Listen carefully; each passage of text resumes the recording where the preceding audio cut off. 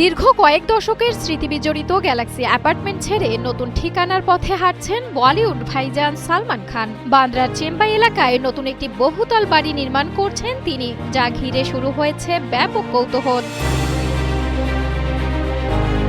সালমানের মা সালমা খানের নামে নিবন্ধিত 1014 বর্গ কিলোমিটার জমিতে নির্মিত হবে বাড়িটি। প্রকল্পটির অনুমোদন দিয়েছে Maharashtra coastal zone management authority. নকশা অনুযায়ী একটি গ্রাউন্ড ফ্লোর, পার্কিং সুবিধা এবং তার উপর 6 তলা ভবন নির্মাণ করা হবে। একমাত্র স্মার্ট সিটি বসুন্ধরা, আধুনিকতায় এক ধাপ এগিয়ে। বাড়ি নির্মাণের সময় জমির কোনো গাছ না কাটার নির্দেশ দিয়েছে কর্তৃপক্ষ। পাশাপাশি পরিবেশের ভারসাম্য রক্ষায় প্রয়োজন অনুযায়ী নতুন গাছও লাগানো হবে বলে জানা গেছে।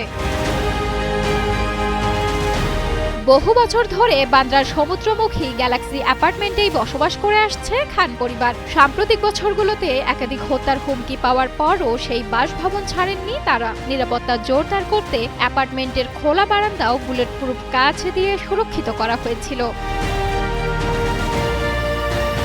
নতুন বাড়ির নির্মাণ কাজ শেষ হলে সপরিবারে সেখানেই উঠবেন সালমান খান। এর মধ্য দিয়ে দীর্ঘদিনের স্মৃতি বিজড়িত গ্যালাক্সি অ্যাপার্টমেন্টের অধ্যায়েরও ইতি ঘটবে।